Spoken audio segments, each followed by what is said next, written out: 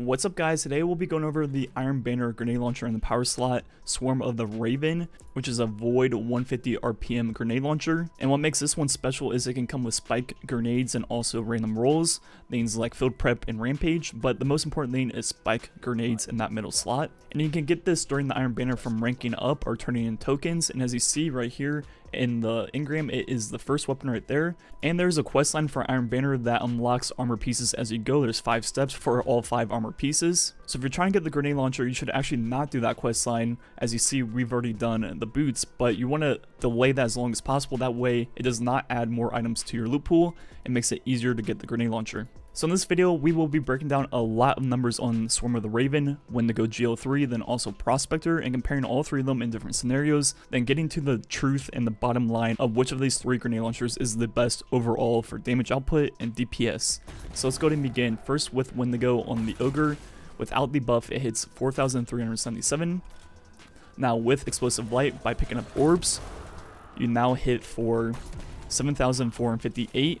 And you can get up to 6 explosive lights. So first we're going to do 2 things in this video. First, shooting off 10 shots with Wendigo GL3. 10 shots is going to be kind of like the standard for the video. That took 4.566 seconds. Then also, since you can only have 6 explosive light at a time, shooting off 6 shots, that takes 2.516 seconds. Meaning the DPS of Wendigo without the buff over 10 shots is 9,586. Then with the first 6 shots of explosive light, it's going to be 17,785. Now moving on to the Swarm of the Raven with spike grenades, which is the most important perk, which adds a lot of damage to each shot.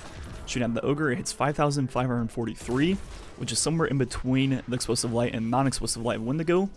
Now shooting off 10 shots with this, it's a 150 RPM, it's very quick at 3.7 seconds, meaning the DPS of Swarm is 14,981, so just under 15,000, so somewhere in between explosive light and non-explosive light on Wendigo. So far we've looked at the first 6 shots with buff on Wendigo, then 10 without the buff. Well, what happens if you shoot 10 where the first 6 are with the buff, then the last 4 aren't? So this is going to be a more realistic real world scenario where you're actually going to be shooting 10 shots straight with Wendigo, and you know the buff is going to drop off after the first 6.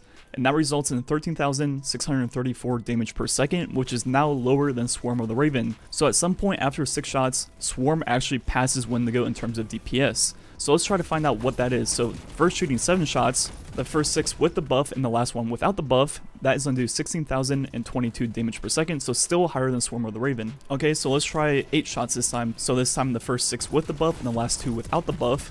And now that takes 3.566 seconds. Which is now 15,020, which is still slightly higher than Swarm of the Raven.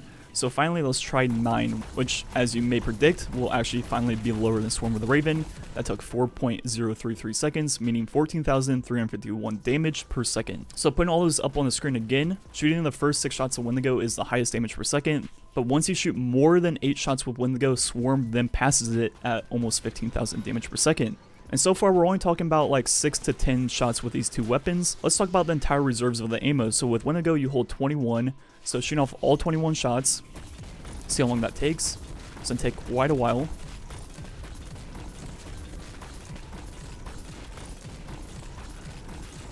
It took 10.283 seconds, which means you're going to do 110,000 total damage and 10,736 damage per second over all of that ammo.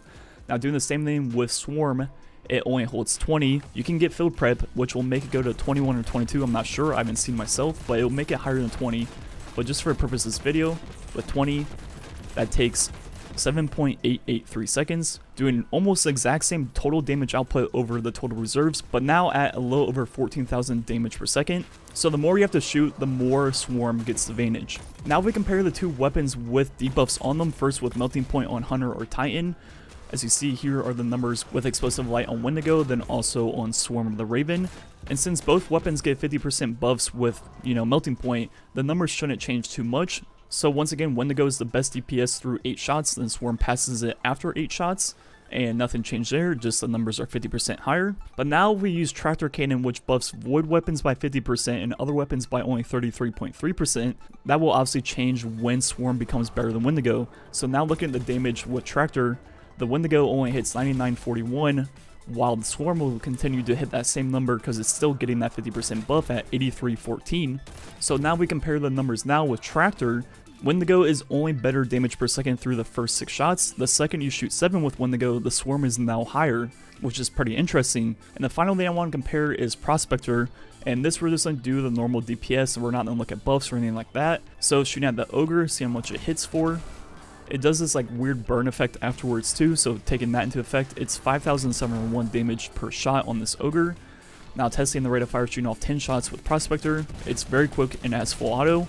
That takes 3.3 seconds, meaning the DPS of Prospector is 17,275, which is slightly lower than times 6 with Explosive Light on Wendigo, but a couple thousand higher than Swarm. But one thing to note is Prospector is very hit or miss depending on what enemy you're shooting at. Most of Prospector's damage is from the actual explosion itself, compared to Swarm with spike grenades. A bigger portion of its damage is from the impact, and some enemies take more damage from the impact than others take more damage from the explosion.